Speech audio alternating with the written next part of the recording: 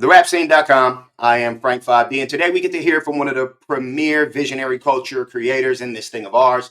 He's a skater, author, hip hop photographer, and I love that. This dude has documented some of the most iconic images in hip hop, punk, and skateboard scene over the last 2.5 decades. His legendary body of work, Rare and Unseen Moments of 90's Hip Hop Volumes 1 through 3, is on sale right now, plus the latest collector's edition, which is on sale through his website, t.eric.com. People, I'm proud to introduce a true actuator of authenticity, the manual exposure magician, the shutter speed superstar himself, T. Monroe. What's up, Doc? Wow, what an introduction. Wow, thank you for that. Thank you for the work that you do. How you feeling? I'm doing good. I'm grateful to be here and I'm grateful to be here and talk about just life and what it is and what I've experienced and just sharing in it. Absolutely. We want to start off by wishing you a happy belated birthday. Oh, thank you. Thank you. Keeps happening. you turned 28 years old. How does that feel? Exactly. Word up. You're coming up in this world, sir. But no, okay. So let me start from the beginning at the top of the list. For you creatively, you've mentioned that you've been able to have the fun that you've had and gain friends and experiences, as well as the professional accolades, and have been able to tell the whole story, all due to skateboarding. Right. Tell me that. Yeah, for me, skateboarding, it started with skateboarding specifically as it related to my photography career. I would go to skate contests in the city at the Brooklyn Banks and always have my camera with me.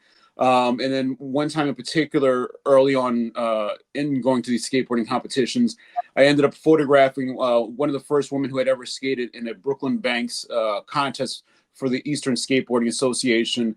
I took a picture of her with a trophy, looking ecstatic about it. The organizer of the event suggested, "Hey, why don't you send it to Thrasher? I'm going to send the contest results with it. Hopefully they'll run the picture." And then a few months later, I'm sitting at my lunch table in high school, flipping through the new issue of Thrasher, and I see my picture in there with my name next to it. I'm like, I was like, all right, cool, it's kind of fun. And I didn't think much of it. It was just something fun that happened because, I would always go to skateboard demos or this thing, just have my camera to capture the moments and in my mind, looking back at it now, sort of just capturing reference material to tell the story of what happened that day, not necessarily of someone doing an amazing trick, but just showing, oh, this person was here, that person was here, and this is what it was like. It was sort of in that framework or frame reference of capturing it that I did. And then fast forward, and that was in 1988. And then 4 years later, I'm at another skate event here in Jersey. It was a mixture of a skateboard, rollerblade, and music concert. It was at the MTV Beach Bash that happened in Belmar, New Jersey. And I was there just to hang out with my skateboard friends. And I ended up getting a stage pass just to go see the concert. And I photographed Crisscross in concert. And then someone suggested selling, some of the pictures that I captured of the contest. And then that just started the wheels churning, if you would. And then that was in 1992. And then fall of 1992, I started getting more work published, not only in Thrasher, but in other magazines as well. Absolutely. And we'll definitely run into that. You're still a skater at heart. Yes. I don't skate like I used to. I mean, I'll get on it, cruise around, little, ollie here, little grind there, but I don't, not that I can't, not that I say it can't, but I'm not pushing it much harder than that. You know what I mean? And health insurance is too expensive. Okay. Bones break easier as we. I don't want to know. I don't want to find out. I heard. Who would you say? Who's the better skater, you or Lil Wayne? I would have to say me. I mean, nothing against Lil Wayne, but I know how I could still do certain things. I mean, I applaud Wayne for skating. You know what I mean? I'm not. It's not me versus him. He gets down in his own space and is having fun. That to me is more important than who's better than who. Because at any given point in time, your body might be able to pick up a trick faster than someone else, and more than anything, it's someone else enjoying the joy of skateboarding more than anything. Tight. I was watching one of those wild rides with Steve-O. Well, it wasn't wild ride. It was they were basically touring his house. Right. And he had an 8-foot half pipe in his back. They built the whole thing from scratch in the Hollywood Hills. But he put this set of rings up. So basically he can do anything with impunity and try any type of trick and be able to just fall back. It was pretty cool. Skateboarding is an Olympic sport now. Yes. I don't like it. What say you, young man? I don't mind it. I mean, I look at it the same way. I mean, I enjoy it, and I know what skateboarding in the Olympics is going to allow for overall. So, and I'll give you a perfect example. When snowboarding was in the Olympics, let's say the early, I think it was in 2000 or so. At that time, I was doing marketing projects for Activision, the video game company. So I was helping to market Tony Hawk Pro Skater, Sean Palmer's snowboarding, Matt Hoffman's BMX, and a bunch of other games.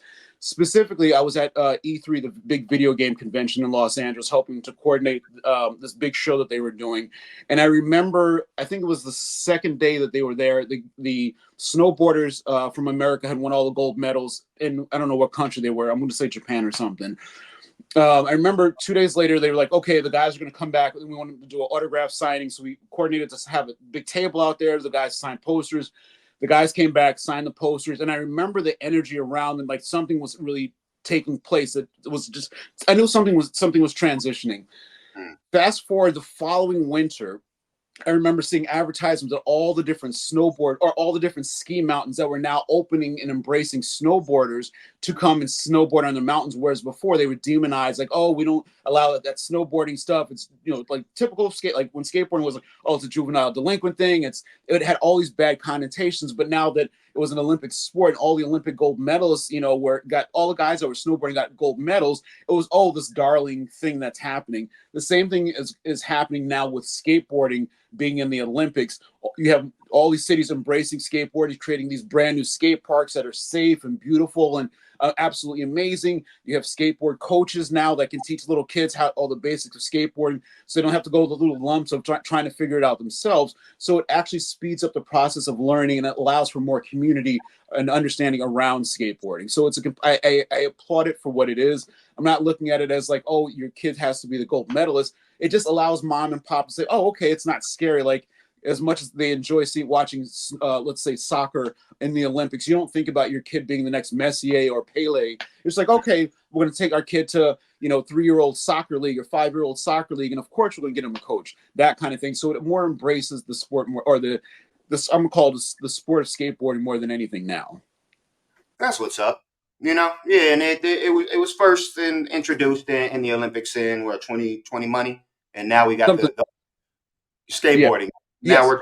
we're coming up to the games this year. Yep. Those Nikes are fire for the team.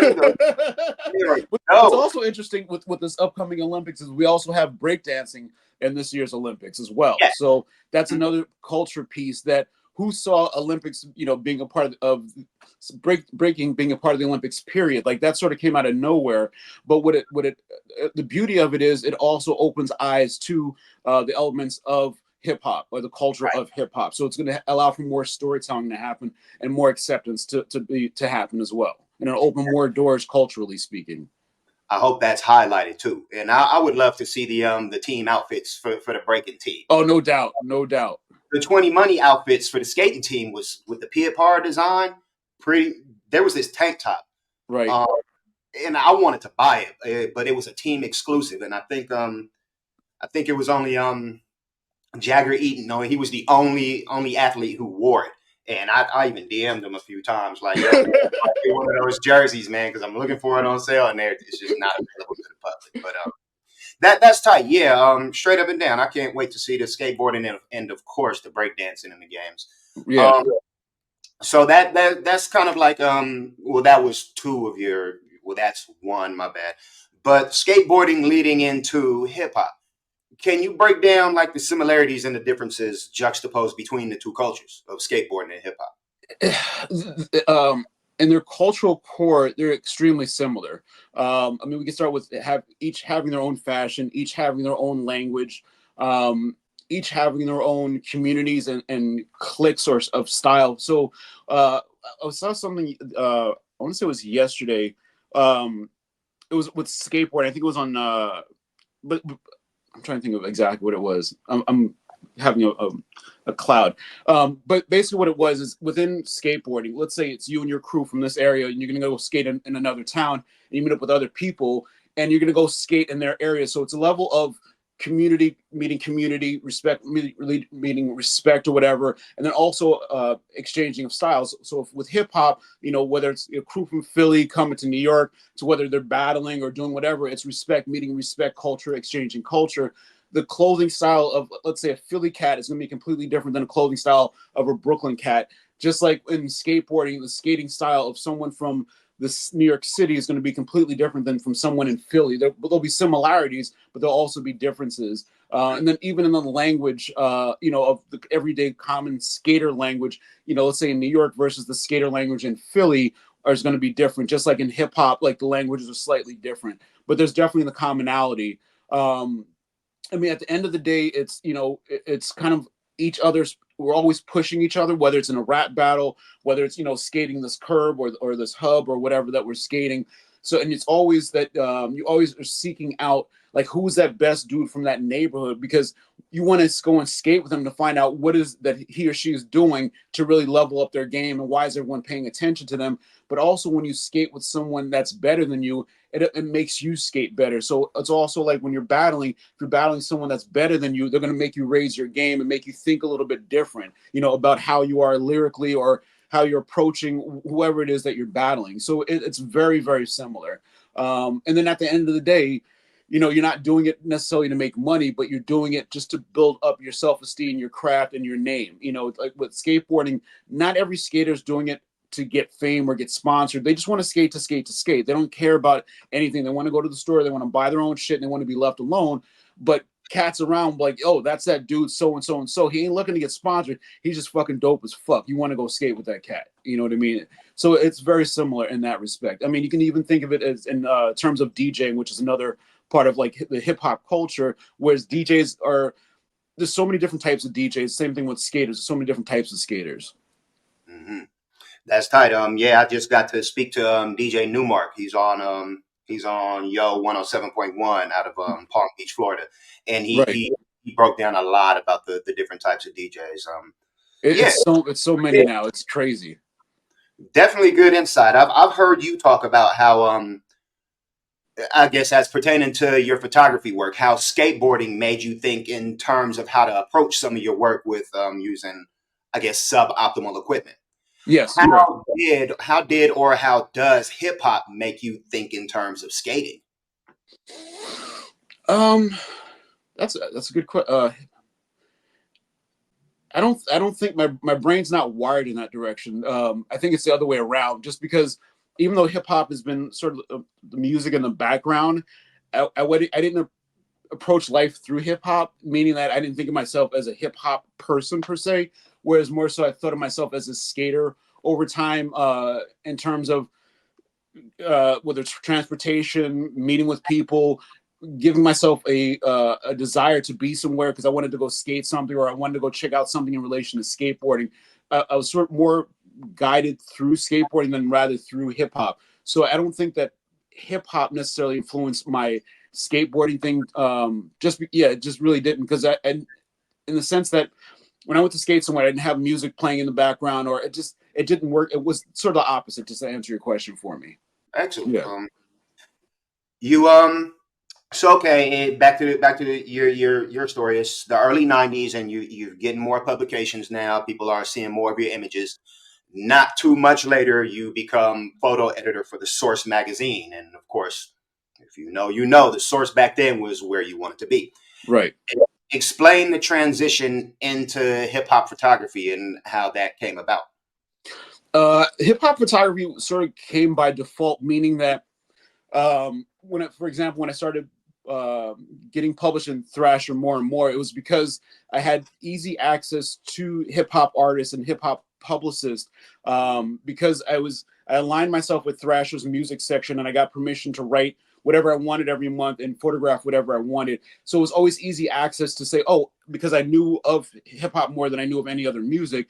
When a new group was coming out, like got the promotional tapes, so you heard about this going on, so you could call up the record labels and say, hey, this is Eric from Thrasher. I want to interview so and so. or at a certain point, the publicist would start reaching out to you and saying, "Hey, we're having a press day for Brand Nubian," or "Oh, we're having a press day for Nas," or whatever. If you want, you can come through. We'll schedule a time slot for an hour for you, half hour for you to interview them, a half hour for you to do take pictures of them or whatever.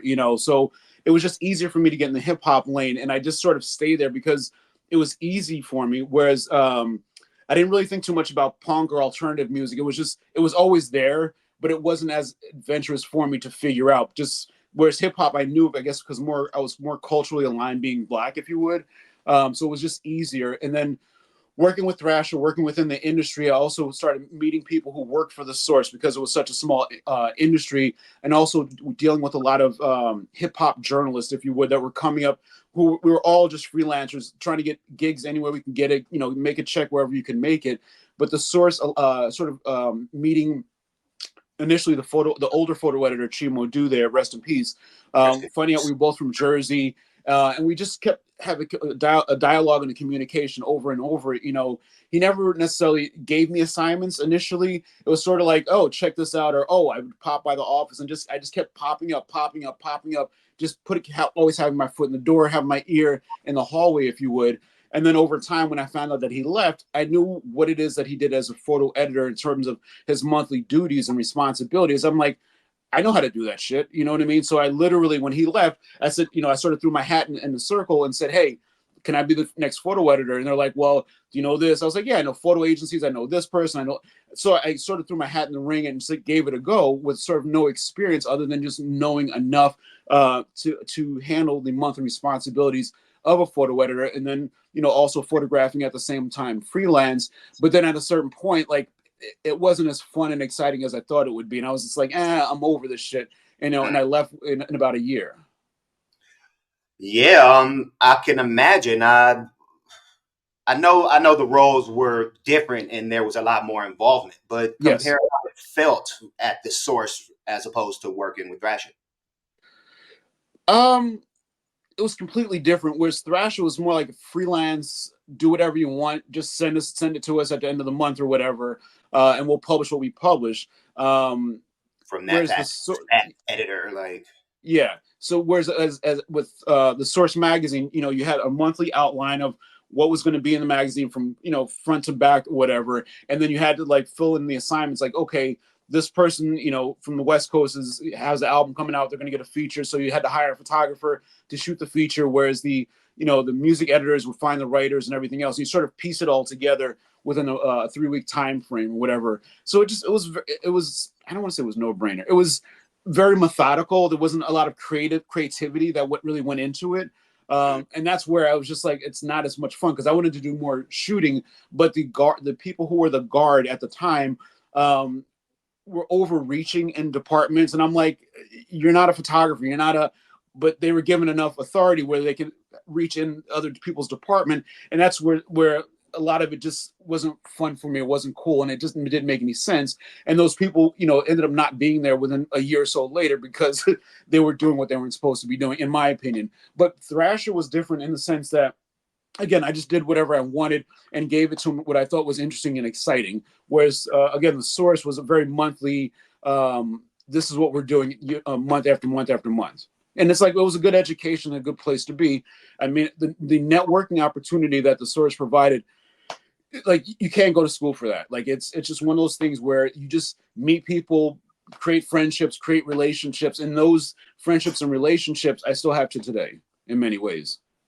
that's pretty amazing. And you just taught me something about the great Chai, rest in peace. Cheat, Um cheat. Chi, excuse me, Chi. Like the energy. Yeah, no, it's all good though. Well, you know what? I have a story, and he never corrected me on that once. I've been calling him Chai Fair. You just told me two things about a great person. I met him at a gallery in L.A. Okay. Heavyweight Gallery is it was on Melrose. I'm not sure if it's still there, but he had the uncategorized Right. Yes. exhibit, and it was, of course, it wasn't all about Pac. He had the Pac book, with the same name, Yep. but the exhibit, it wasn't just Pac. I think it was for Adidas or something. Yes. And Snoop came by. Okay, yes, and Yes. so I jacked up. I was out on a shoot, And I was kind of phasing out of shooting at that point, but I was out on a shoot with an artist that I knew. Shout out Hunter Milvito, if you check this out. And we were walking up and down, just looking for different spots to get some shots at. And we walked in, and we walked in, we went in, and it was dope. Of course, like I'm Yeah. like, oh shit, like because I knew about him just from a lot of his iconic works. Right. So I called up a couple dudes because we were working. We took a look around and then we went back to work. But I called up a couple dudes like, let's go check this out tomorrow. Right. So we went in we went in and he was there the next day, and it was like, oh, pretty dope. Like again, and I'm like, I knew who he was, but I wasn't going to push any issue. He ended up just walking up on me all alone, like just Right. looking at the Snoop photo, the one Right. the God, and he just asked what I thought about Snoop, and I'm like, yo, no shit. It was just dope. He was so cool, and Yes.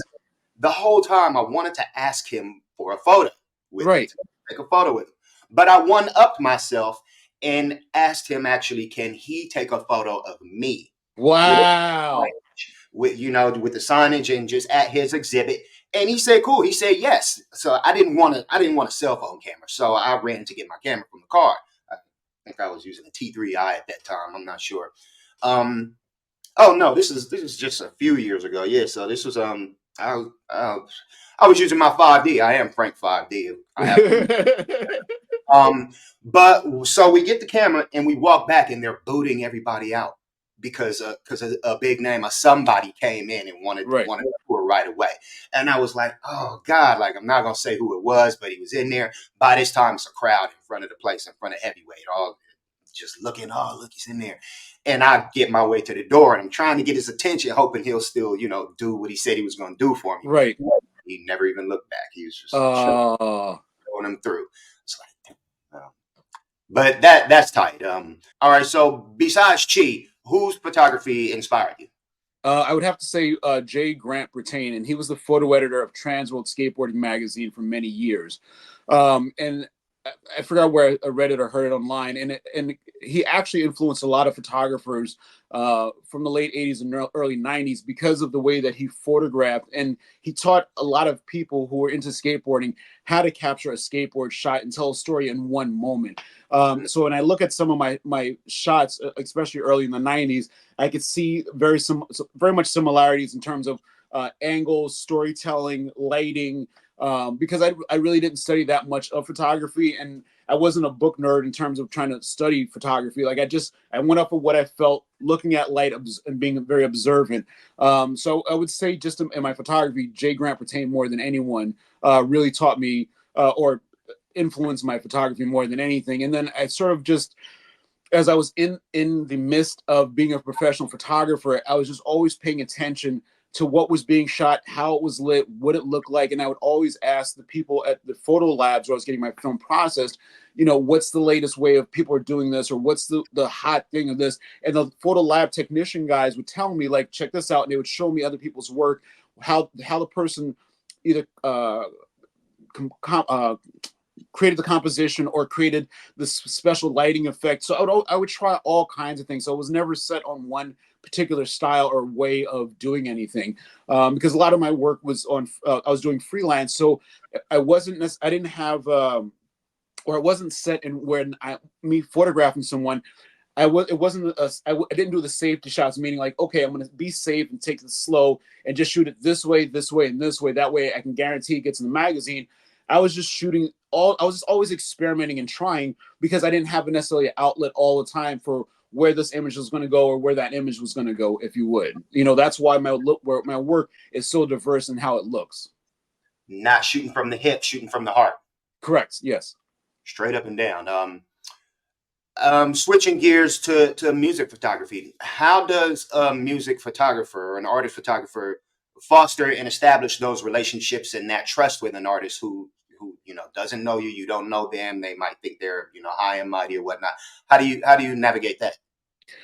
Well, during the '90s, it was a different time period. I think more than anything, I didn't think of it as fostering relationships. I just saw it as you meet people, you bump into them, you keep running into them, and the world of the early '90s or early to mid 90s hip hop scene. It was super duper small. So you kept bumping into people over a period of time. And there was also no social media, there was no internet. So time moved a little bit slower, if you would. And the easiest example I can give to you of that, if you think of the Pete Rock and CL Smooth Mecca and the Soul Brother that came out, and I didn't realize this until real recently. It came out in, I think, 1991, but they were still doing singles off of that, or it came out in 94, and they were still doing singles until 97 off of one album. Think about that. So within that time frame, an album can work 2 to 3 years. So within that 2 to 3 year cycle, you're also building relationships with people just because you're bumping into them. Maybe you're photographing them at an event. Maybe you're running into them at their management company. Maybe you see them in a random studio. So a friendship, if you would, is established. Whereas I wasn't a no name. I wasn't a big name. So I was always just a dude with a picture. Sometimes I caught your picture and you made it in the party section of the Source or the party section of Vibe magazine. So they would at least remember your face. So they felt comfortable around you. And also, I wasn't trying to foster my brand on them. You know what I mean? I always fell in the back. I knew my role. I knew how to play the fly on the wall. So I never intimidated people because there was no, oh, that's T. Eric Monroe. And if anything, it was, oh, that's just Eric, da da da da da. And that's as simple as that. And that's how I come to find out many of my relationships were established, was on a genuine, very simplistic note. It wasn't about creating a brand of, oh, I'm friends with this person. Look at us on social media.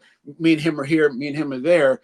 I think if you don't think about in the moment how you're going to necessarily sell off that image or where's that image going to end up, just be present, be in the moment. In the early 90s, not having a cell phone or not having the internet allowed us to actually be realistically in the moment. The moment. Beautiful. And you've described that about, not trying to foster your brand on people when you talked about the Tupac blunt drive photo. Right. Yes. There was a swarm and everybody was just going crazy. Tupac, look here, look here, look here. And you're just kind of like, all right, let me just play the role. Hold on real quick. And then you actually got the shots, that looked like they mattered. I can't, describe how anybody else's came out of that day, but right. Good insight. You've talked about creating these amazing images over the years, but a few times they're not received or picked up by any outlets or nobody's showing any interest. Right. How do you deal with that when so you got some of that magic in the session? I mean, it's even now. It's a kind of thing where part of it is patience, part of it is persistence, meaning that no matter, like, yes, I know stuff that I'm sitting on, have stuff I've shared, stuff I haven't shared.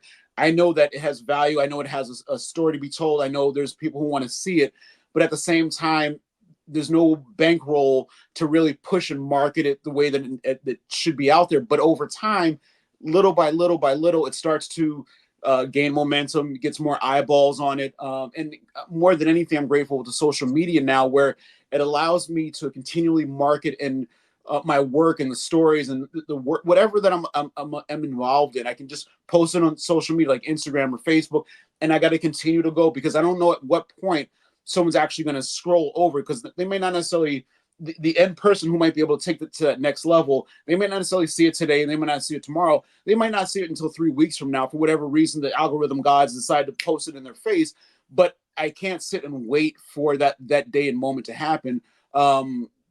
With that said, it's the kind of thing where you just have to just allow what is to be, and have your own structural framework of what it is that you're trying to do for the next 3 months. So, for me, it's like, okay, I knew when bringing this book together, the Rare and Unseen Moments of 90's Hip Hop Collector's Edition, I knew that I just needed to get it out there more than anything else, because I had done a earlier version of the collector's edition where I only made 100 versions of it. But then I wanted to remake the book, make it stronger, make it more appealing, and make it very simple, but yet strong. So I worked with 2 amazing designers, and it took a while to even get that together, because my goal initially, I wanted to have it come out for fall of 2023, but it just didn't happen. So I initially I was getting frustrated. I'm like, what's the fucking rush? Like, because you don't have the bankroll to advertise and market during fourth quarter holiday season sales, and you can't get in front of all these things ahead of time. What's the rush? And then I was like, okay, well, let me get it for the first month of the year. Why? And it's like, what's going on in January that people are going to pay attention? They're still hungover from, New Year's Eve. They're not, you don't have people's attention in January. February, there's too much fluff and bullshit. People don't start paying attention until March. So I was like, you know what? You're right. You know what I mean? Meaning whatever was going on in my head. So it was a patience game of just falling back and saying, okay, let me do the first thing. Let's get the book to come together. I had to make probably 5 test versions of the books until we got it right. And again, that's all money coming out of my pocket. There's no bankroll behind. And then the next thing, once the book was ready, was saying, okay, I know what are the next marketing steps I have to do. Listen, okay, I need to put some money aside and I need to get someone to help me with PR. Thank God for Garden State Hip Hop for getting behind me and helping me with the PR. Absolute fucking salute and then some and praises and gratefulness. And then I knew the next steps were I wanted to start. One goal I had for myself even last year was at some point I just left it at that. I want to start speaking at colleges, doing presentations about the 90s hip hop and stuff about hip hop and my work. I didn't have a fruition complete of what I wanted to do, but I knew that what I felt in my gut made the most sense at colleges because I'd seen other people doing things in relationship to hip hop. So I knew that was one of the goals for this year. And then figuring out other PR marketing angles and avenue to get my work out there. So one thing I remembered from the 90s that people used to do all the time is postcard campaigns. Mm-hmm. Meaning that like you make postcards, you do a drop, but then you also, and I also did this when I was doing skateboarding events when I left photography, is I did all the time I was doing events, we would make these postcards and we had a mailing list and we just direct mail them, whether it's to retail stores, individuals, people that mattered. So I started doing recently a postcard campaign just on the book. And then last month, actually, I got to take 2 steps back in this whole thing. Another thing that I wanted to do was have more gallery shows and have my work shown and featured somewhere, different places. So in January, thankfully, I had a gallery show in Montreal, my first international one. My second day in Montreal, while I'm setting up, I get an email from Princeton University that they wanted me to come and do a talk. And I'm like, that sort of came out of nowhere. I'm like, all right, let's keep going. You know what I mean? So February came, I did a presentation about hip hop at Princeton University. So that got the university ball rolling. March, the book came out. So now it's like utilize what you have in front of you to see where you can juggle and bring it forward. So with the university thing, I'm still pushing to get more universities to pick me up for talks.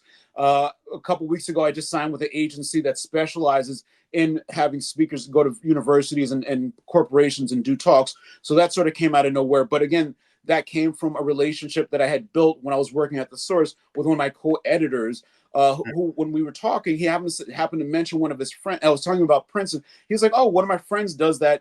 She has a whole business around it." So he connected me with her, and then now I have an agency behind me, preparing to start booking me for different opportunities to speak about hip hop or skateboarding or just culture in general. But then also getting back to the postcard campaign, what I started doing with the postcards, it's showing my book, telling my story on the back of it, and I started targeting HBCU colleges, Ivy Leagues, and top tier schools where I had to spend hours and hours researching every school, finding out, typically it's the African American Studies Department or whatever that falls under at a university. And I'd go up and I'd look for all the different librarians who potentially, could buy my book for the university, who are the bookstore managers who could potentially buy my book and put it in the university bookstore. So it's like you're hitting all different places, you know what I mean, at a university to get attention around you. So it's not just a one-time hit of, oh, here's a sensational book on hip hop. No, here's a overview of what hip hop was like in the 90s, where it's not just this one angled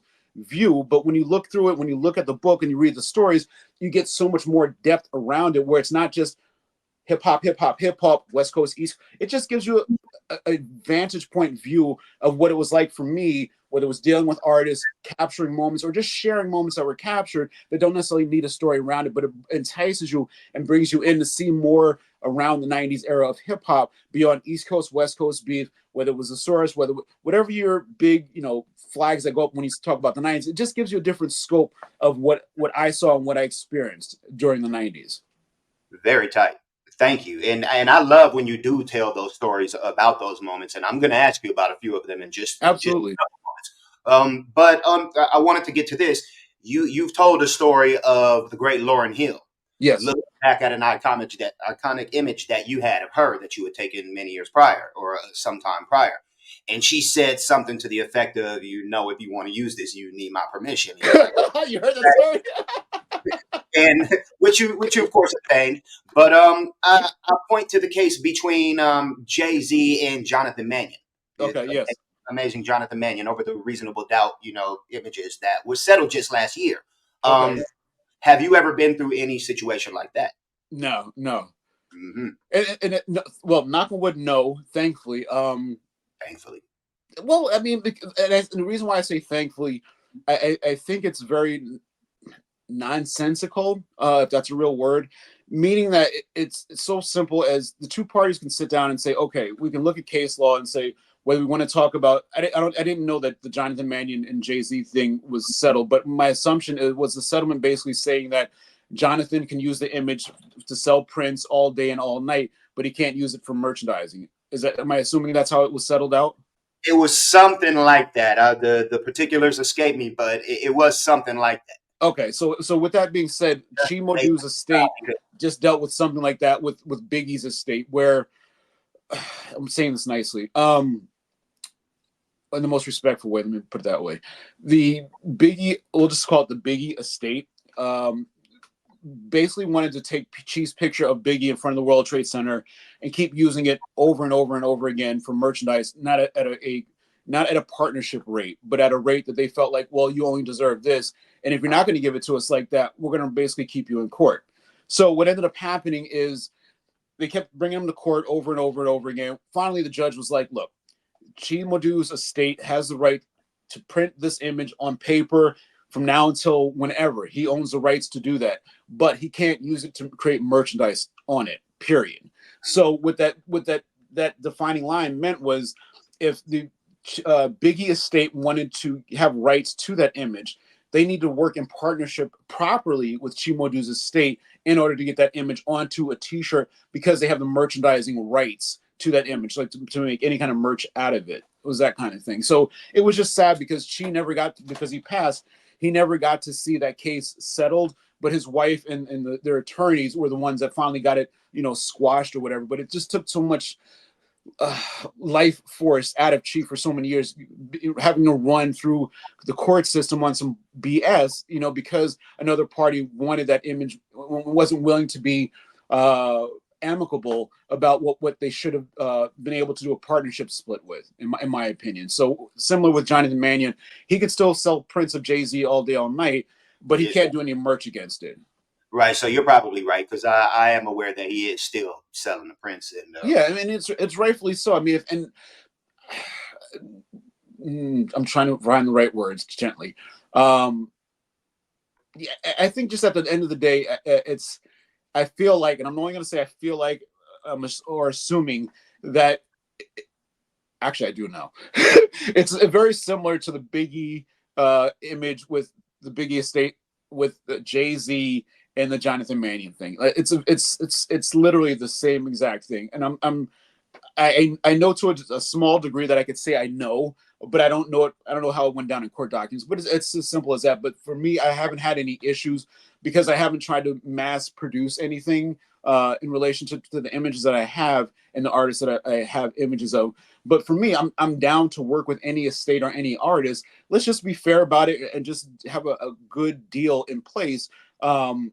More than anything, and I think that's what goes back to what you were saying about the Lauryn Hill picture and her saying that I think something to the effect that I didn't ask her permission to put it in the book, but there was a situation where I almost had a merchandising opportunity with Lauryn Hill, but at the time it just the way that I wanted to make it just amicable for what I thought we were working towards at the time wasn't the same thing. But I just put on paper, I'm like, let's just keep it simple. If this image is going to create this kind of merchandise over this kind of thing, let's do something where we're all compensated equally for it. That's all I would ever ask, and it's like I'm more than happy to share my work with any artist because it was a time period that they didn't know. Damn, crazy to say this, 20 or 30 years later, I would have any relevance or significance, So that's why I'm like, let's just work together where, over time, both of our families or whatever can still reap the benefits of it equally. And then maybe they go back in the archive and decide, hey, we have all these other images of this person or this person, this person. Now technology provides for this. We can take these same images now and utilize it in this new platform, whatever the next iteration of whether it's social media, AI, who knows what can be generated next, we still have these time markers called photographs that we can start these seeds from. Right. Thank you, photography. Thank you, hip hop. Yeah, indeed. Let's hope that never happens to you, because you got some gold in them mines and of them hard drives over there. So Yeah. that never comes about. I did watch a talk with you, and I think it was I want to say it was Jeanette Beckman. Okay. It was for her what is it, unconscious and hip hop, unconscious and conscious. Yeah, we were all it's a exhibition that's at Fotografiska Stockholm at the moment right now. Initially it was in New York. We Right. were both on a panel at the Fotografiska. I think first at Fotografiska, I think it was me, Joe Conzo. She may have been there, but then we also sat on a panel for the Association of International Photography Art Dealers, where we sat on the same panel together discussing hip hop and Well, photography. the one I saw, she was on stage, and she pointed out to you that that one takes these photos and doesn't have the time to review everything that you've captured. You know, Right. it's not later that you have the time to give it the real analysis. And that's an idea in series that you've gone on to describe as the moment. Yes. Can I bring up some of those moments and get you to speak on them? Absolutely, please. Word. The first I got is the roots, the layup. Wow, that was 1994. So the backstory. Geffen Records reached out to me to photograph the roots for their publicity shot on Geffen Records. So it's like the typical black and white shot that gets mailed out or can be used anywhere that the label owns the rights to.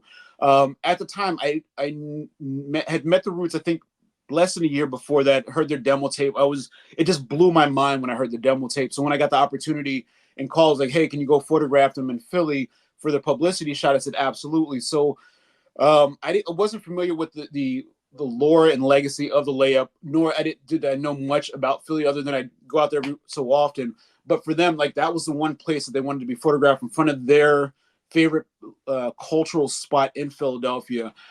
So I got there and I just did a series of shots of them, with them being Tariq or Black Thought, Questlove, Leonard Hubbard, who at the time was their bass player, and Malik B in front of this store. And the only way I could see for shooting them, even when I was there, was from a very specific power angle, as I call it, where you sort of, when you look at it, you get sucked up into an angle where you see them at. And that was the picture that they ended up using for their first publicity shot on Geffen Records. Very tight. Still my favorite band of hip hop. Black Thought's my go to MC. Very tight. Next we have RZA, The Rings. Yes. The RZA Rings, that was 1996 in New York. And that was literally a brief encounter moment. It was outside of one of the recording studios that MTV used at the time to record like live shows or live performances and then edit it and then air it on MTV. So they were doing a segment for the album America's Dying Slowly that featured De La Soul, Wu-Tang, and a bunch of other bands or whatever. And at the time, I was standing out in front of the studio with Paz from De La Soul and his daughter, just BS and kicking it. And RZA's walking up the sidewalk towards us to go into the studio.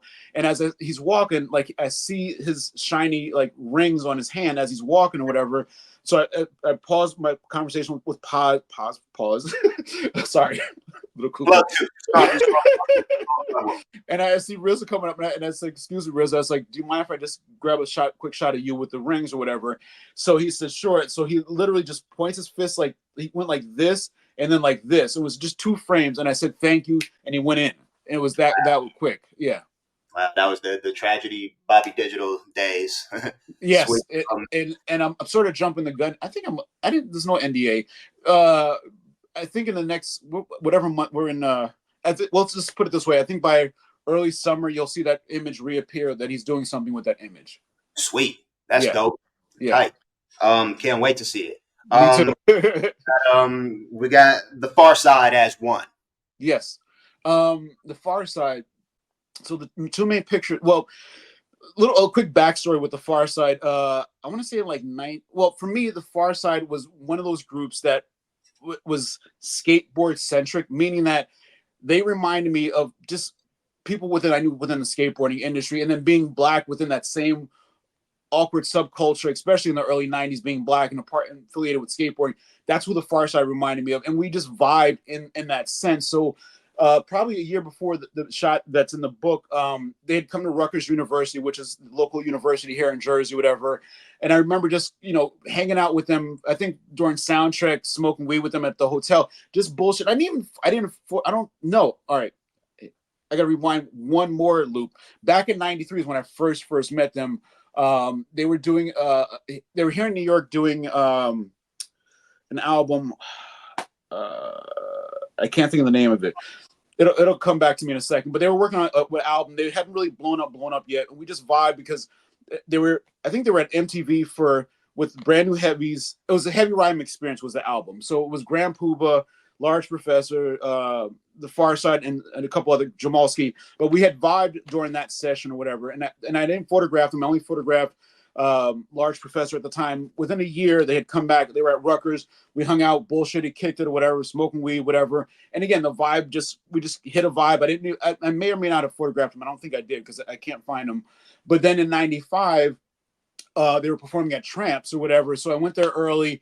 Again, the vibe was there. We're just kicking it, bullshitting, whatever. And there was a moment, I don't know if it was right before they went on stage during soundcheck, where they were just in this really weird dim hallway and the four of them were there. And it was one of those moments where I just trusted my gut. And and the way that they were just goofing off, whatever, I remember just getting a couple shots of them. And we sort of just went with the moment of whatever it was we both felt. And I just got those very specific moments of them in the hallway or whatever. And then I just let it go and they just kept going. But it was the vibe that we had personally that allowed for those moments where it wasn't overly dramatic. It wasn't overly potent. It was just something that was a natural flow. And you can even see in their body mechanics of how they vibed off of each other, how they were either slumped or leaning over or whatever they were doing. You could see that it was very natural for them in their being the Far Side of those four members. As one. Yeah. I could see that. They were a very fun group. Have you seen this firm or these people who design houses around themes of hip hop albums? No, I've never seen that.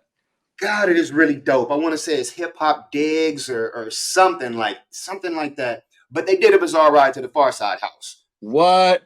Crazy. It's just crazy. Like you're living in the bizarre ride. It's nuts. It's a roller coaster going through. I don't know if it's actually working, but right. It's pretty crazy. I'll see if I can forward that over to you because it's a really cool thing. I would love to see that. And it's funny you just said that because I just saw something, let's say within the last hour and a half, I was on Instagram where it was a quick reel where they were interviewing Ice Cube. And Ice Cube was talking about these two architects. And I want to say the last name was Muse, Muse. And Ice Cube specifically was talking about the way them as architects utilized all the basic materials from different things to create these very harmonious sculptures. And Ice Cube was like, oh yeah, before I got into NWA, I used to study architecture. Wow. And I was like, what the fuck? I was like, and it so makes sense that he studied architecture. Like if you'd told me he was a writer or a storyteller, it would make more sense. But structurally, he understands flow, concept, and materials. You know what I mean? It's the way that he constructed songs, the way that he can, create a movie and still tell a story. So Ice Cube, I've never met Ice Cube, but I have so much respect for Ice Cube as a storyteller and as a person who could create out of nothingness, if you would. That's 3 that we've mentioned in this conversation. Another one of my top 5. Okay, right on. We got Will Smith, Tip of the Hat. Yes. That was during it was one of the sets for the music the music video for Getting Jiggy With It. And the good part of that segment with the hat or whatever, they ended up not using that segment of the video in the video. So it was one of those outtake moments that never got added to the music video. So when you see it, you're like, what is that moment? What is that about? It's so bizarre and it doesn't make any sense because if I would have shown you the picture of him in the blue bomber jacket, when they're doing the dance sequence, your mind like, oh yeah, that's what that was from. But because that scene with the leopard hat and the suit was never used in the video, there's no frame of reference of why do I have that moment? Why would I photograph him in a leopard, outfit like that, whatever. It was one of those cool moments where I'm glad I sort of photographed a little bit of everything, but specifically when he had the leopard hat and jacket, the lighting people were working around him, so they gave me the perfect best lighting possible for me to photograph. And that's why I think in the book there's only one color background around him, but there's a couple different colored backgrounds or light throws that the lighting people provided, because they were literally testing the lights before they actually shot him in the scene. So I have quite a few shots of him in that leopard outfit. But he was cool and easy to work with, because he was just easy dude to work with. I don't know how else to describe it. Like, because he just posed, worked with me, and like I hung out on the side stage. It was Will, Jada, his publicist, and June Ambrose, his stylist or whatever. And I knew June from, we worked together in 1995 at the Source when she was the fashion editor. And now June is like this goddess of the fashion world, which is wild to me, not in a bad way, but because again, I look at her like we're all classmates that came up through the early 90s era to do so many different amazing things. Very tight. And Will Smith, he's one of those dudes. How long has he been doing this? He's been living his life at the top level for how many years now? Since the late 80s. Right. So he's got to be a natural at that type of thing and be so easy to work with. Right. Rare and unseen moments. Nobody knew that was from that video. That's tight. Exactly. So many moments like that, and that's one thing I also admire about my era of the 90s. Again, it's pre-cell phone, pre-internet, when you could just pop up somewhere, grab a bunch of photos or whatever, and just bounce and go somewhere else, because it's not like everyone's broadcasting it all the time on social media. You know what I mean? There's no grand announcement. It was just, you had to be there, or you had to know about it, or you had to really do your homework in terms of networking. Right. To really understand and know what's going on, and hoping that people are calling you, or you're calling out to people saying, hey, what's happening with this person, or is there anything else going on that I should know about, or I can get involved with, or whatever. Like, you really had to grind. Well, from my vantage point, because I was always in this freelancer mindset, so I had to reach out to people all the time to either find out what's going on, trying to get access, or keep my ear to the ground from other people who might have known what's going on, to actually insert myself or weave my way through it, just to get around and be a part of it. Tight. Just a couple more here, and one step from what I mentioned that Jeanette said. Biggie and Tupac, I'm a bad boy. Yes. So that was in 1993.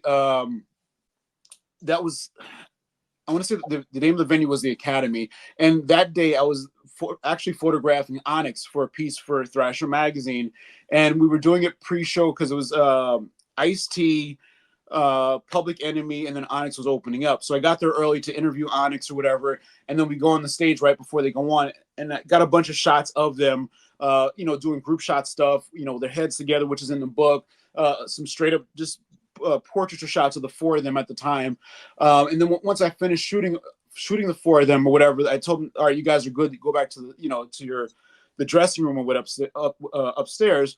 And then I hear these dudes from across the stage, because we were on the stage but the curtain was closed when we were photographing, yelling, yo, come take our picture. And I said, yeah, sure, give me a second. So I put all my stuff in my bag, literally walk across the stage, and these guys are standing there, and I look at them, just sort of line them up, take one picture, say thank you, and then go back to Onyx's dressing room.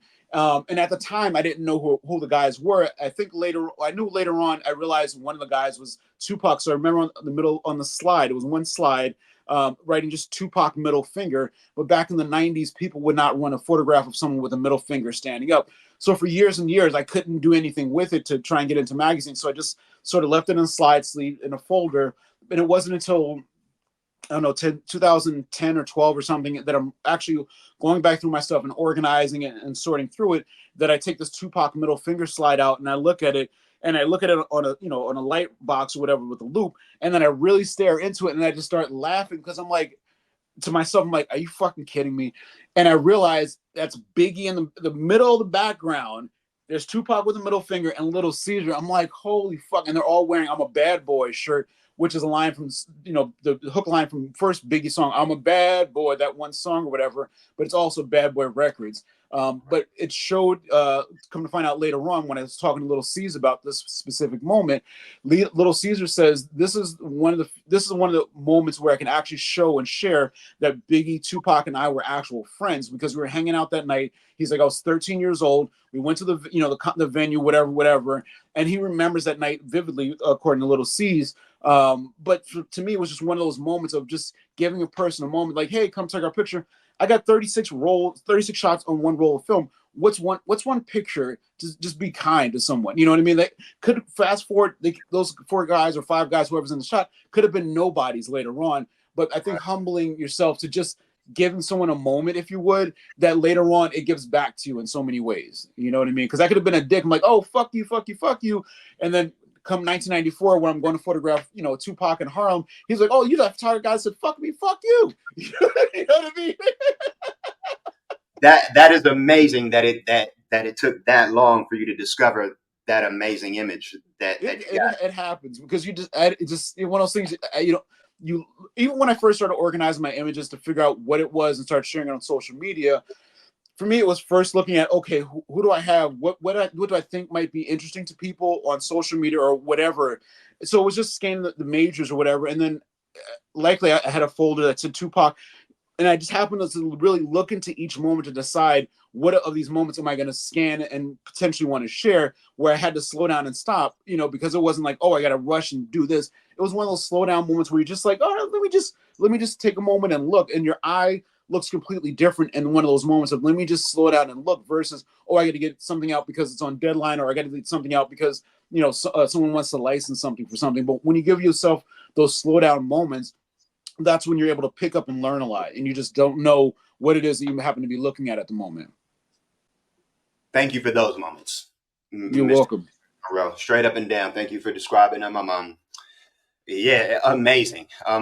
Moving on, you've made it a point, of course, in your career to document and preserve the scene of 90s hip hop, and not just that, but whatever's going around. But that 90s hip hop sound has been resurfacing in the past 6, 7 odd years. Yes. Longer than that, we had to like Rock Marciano and Griselda, the same olds, many others. How are you approaching the resurgence of the sound in your creativity? I'm not approaching it at all, other than just listening to it.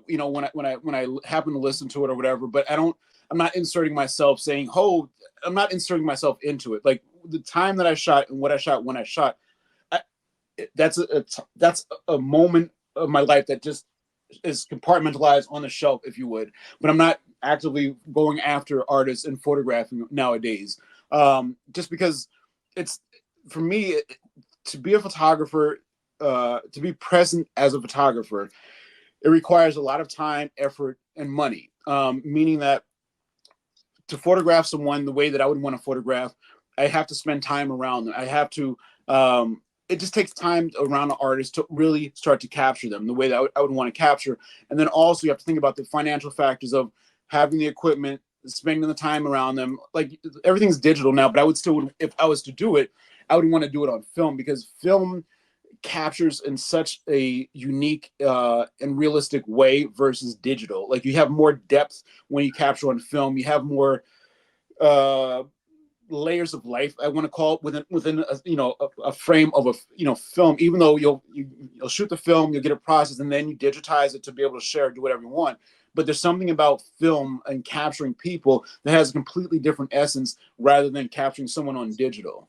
But yeah, right now I'm not actively pursuing it. But I did a shoot back in October of Mark Echo, and that was my first time really photographing someone in 20 years or something. And even with that assignment, I almost didn't want to do it, because I was sort of like, I'm kind of rusty. Am I going to be able to really capture him the way I want to capture? But once I got there to photograph him and got everything set up, and having known him for so many years, once the nervousness on both of our sides sort of let go and was just Eric and Mark in the same room, and we're talking about old times, like that's when, the nerves went away. That's when you literally time slowed down and allowed me to photograph him, see what are the storytelling moments or storytelling elements that I want to see before I actually, shoot, capture it within, or hit the aperture to capture the moment. So once we started going and once everything slowed down and we were just able to just be, it reminded me of, being around certain artists that I'd been around over and over again, where you have those sort of calm moments and you just have patience and you're waiting and you're looking and you're seeing, and then you see those moments that you do want to capture, and like that are special or whatever, And so when I photographed Mark Echo, it was the same thing because I had known him for so many years, and knowing what angles or just observing what things that allowed me to see the old Mark that we've been friends with for so long, that kind of thing. So you sort of reflect back on those things and then even in looking at those images, like you can see what's different about me photographing him versus other photographs that are out there of him or around him. You know what I mean? I'm like, okay, I still have that whatever uniqueness about capturing a moment that makes me unique, if you would. It's just like riding a bike. Just like To a riding a degree, bike. yes, pretty much.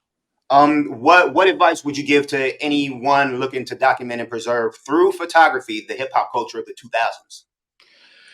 Don't look at it as hip hop. Don't look at it as music. Don't look at it as a medium. Well, don't look at it as hip hop or music.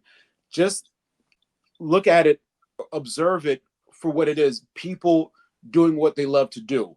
Capture the love. Capture them being very emotionally involved in their craft that they're doing.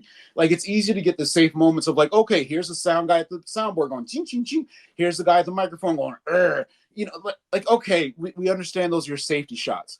Right. But what are those other moments about their creative process? Like whether it's them writing their lyrics, whether it's them doing a certain routine that they might do every day, whether it's them sitting, being quiet that you don't normally see. Like, what is it that's different about them that's different than you? You know what I mean?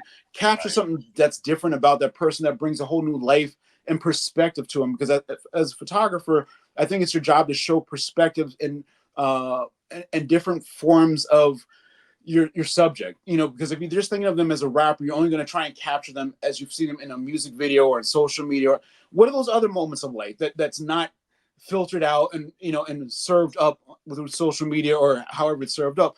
Find uniqueness in what it is you're photographing or whatever your subject is. You know what I mean? Add the categories later of hip hop or rap or 90s or whatever other labels come later on, but just make it, Mike to John or John to Pat. Like, just keep it as basic and as simple as possible. That way, the person doesn't have to keep up the air of MC so and so. I have to be so tough and stiff. Like, nah, bro. Like you help your moms, you help your grandma. I want to see that passionate love side of you that comes out when you're working with your mother, your grandmother, your father. That you're going to approach with the music that you love and how you care for it and you walk it through its processes of creation. Good advice. Thank you, T. Eric Monroe. And trying to wrap up here. Who would you imagine that you would never have wanted to shoot? I would never want to shoot, or repeat the question or rephrase it. I'm sorry. Well, like you said, how Will Smith was so easy to shoot with. Who can you imagine would not be easy to shoot with, and you just want to stay away from it at all costs? I don't see anybody. Obama, straight up, like Obama. I think if I got the opportunity to photograph Obama, for example, just I think it would be hard. I'd say like this. I say Obama because he's a very intriguing person. He's extremely smart. He's extremely gifted in terms of just understanding business, law, politics. There's so many layers that's so unique to him that it's slightly intimidating because you have to look at him. The way that I look at him is through a few different lenses where I'd have to strip down my biases, and not in a bad way, that I have about maybe politics or about this. I would love to really spend time around him as him because he's very professional no matter what he's doing. Like, he keeps on the very professional air of Obama. You know what I mean? Like, give me 3 days like with no security, no like shade. Like, we hang out, let your beard grow out, let your hair, like, don't be let me see who this person is. You know what I mean? That's always primmed up So when you are primed up, I really, really know what it is about you that's so unique that hasn't been seen or captured to really let Obama be seen in a new light, but in a more intriguing and more beautiful way because he's so mesmerizing. Wow. That I didn't expect that answer, honestly. But Yeah. good answer. Who would be your dream shoot? Oh, do I have? I don't know that I have a dream shoot. No, no, no. I take that back. I think just the way that my brain is working these days, it would be the people who are the most um, fanned over. You know what I mean? So with that meaning, like again, Obama.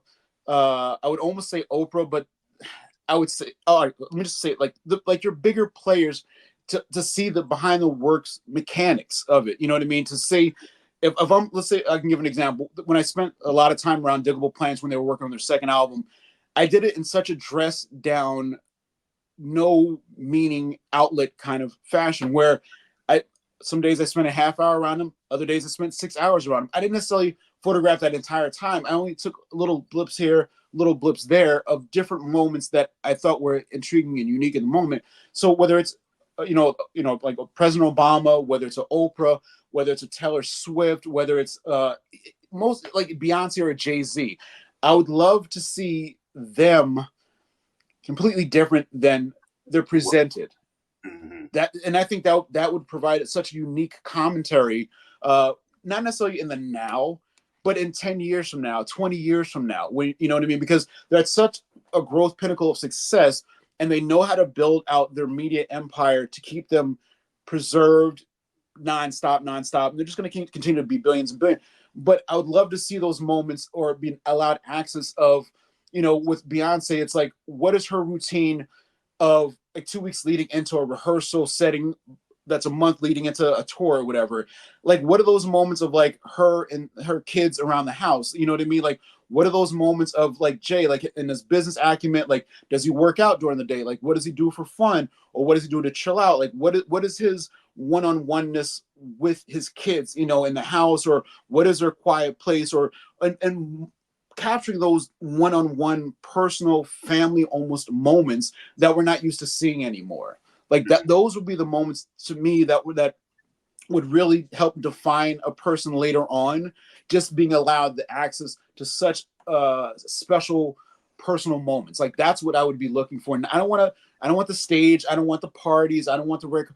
Just give me some time behind, and let me photograph that. Like, yeah, we'll use something on regular social media or whatever to pay for the time, but let's take these moments that are photographed. Let's say, because you're giving me this special time, let's do a rights split where I get 50% of the rights to this intellectual property, you guys get the other 50, and we can decide later on where it gets used, how it gets used, and profit split. So that way it's an invested investment in both parties, and that way we both let our guards down because we're not going to run out the gate to sell it off.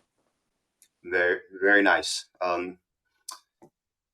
Talking to you, it's so easy to see how your work speaks like it does. How your images just over the years, and just hearing you talk, I can tell like how you how technical it is, and how amazing and insightful it is. Honestly, I wouldn't have expected anything less, Mr. T. Eric Monroe. Besides sending me copies of the whole set, signed copies of the whole moments, what's coming up next for T. Eric Monroe?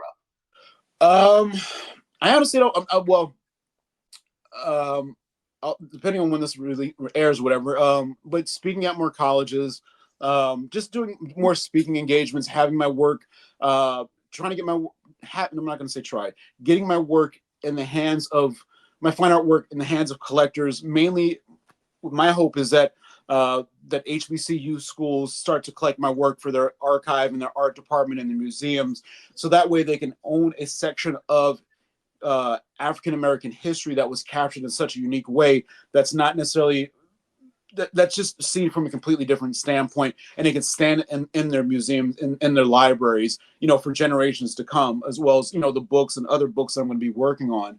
But just getting it, my work, the fine art work, in these hands and pockets of education, to tell a different story because of what's been available or what's been maybe has or has not been marketed to them. I'm just looking at what opportunities there are within, you know, the educational institutional systems that can be shared overall. Because with that being said, a few weeks ago, I gave my book to this guy I see all the time or whatever, and he's a teacher.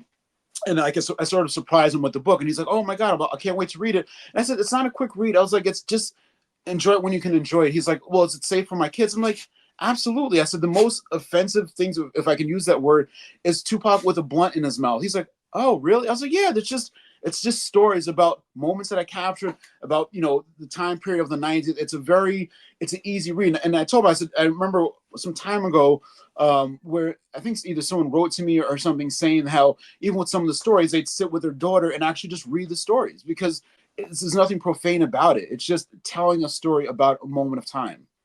Very nice, and we need more of that in hip hop, whether it's the Yes, music or any of the ancillary things. We need more positivity and more wholesomeness. exactly. And I don't see that being hard for you. You already got some speaking gigs coming up, and you know, with the inclusion of all the hip hop studies programs in a lot of the universities now, and it shouldn't be a hard thing for you for them to start, you know, collecting the works and being able to display them in their museums. Um, I mentioned it in the intro, but tell us, where can we cop the book? On my website, tdoteric.com, t.eric.com. It's also available on Amazon.com, BarnesandNobles.com, any major bookseller. If they don't have it, they can go into their cataloging system that it'll pop up in their system. So pretty much anywhere you're able to find it around the globe. Excellent. This has been a dope conversation. I want to thank you again. Is there anything else you want to tell the people? Just you know, check out my website, check out, you know, my stuff on social media. Like, I'm always sharing different things, whether it's hip hop, skateboarding, things that I'm involved with, people that I've worked with, because it's always a, for me, like I part of my past has been a non-traditional route, if you would, and as I move forward, I see how non-traditional that it was. But to me, whether it's being involved in skateboarding, whether it's hip hop, photography, whether it's creating an amateur skateboarding league, working for people like Tony Hawk, or working with Mark Echo, or all the different projects that I worked with over the years, even in the ad agency world, at a time when a lot of these things weren't traditional. Looking back at it now and looking at all the different communities that I've worked with across the board and the people that I've met, like, it's all coming full circle again. So it's just always something to look back on, to allow you to think of possibilities do exist, and they aren't always in a standard traditional format. So if you, you know, decide to go left and enjoy yourself. You know, and if you're gonna go right and enjoy yourself, but do it passionately, do it with purpose. And it's don't necessarily think that this is going to be your 30-year journey with just within that path, because a lot of it may have been a 2-year cycle, a 5-year, 7-year, 10-year cycle. But just do it. Just go for it. Don't be afraid to do it, and don't wait for your peers to check off the box and say, okay, it's cool now, because they don't understand where your passions are coming from. Well said. That's what's up. T. Eric Monroe. Thank you Thank again you. for stopping with us here at the Rap Scene. I am Frank 5D, writer, photographer, all that fly shit people adore. Please, again, everybody, follow T. Eric Monroe on the socials. Cop the books, Rare and Unseen Moments of 90s Hip Hop. You will not be disappointed. Please like, comment, and subscribe to his channel, or we going to come to your job and tell your boss what you do every time you call in late. Nah, bro. Thanks for watching, everybody. We'll check you on the next one. Positive energy activates constant elevation. Peace.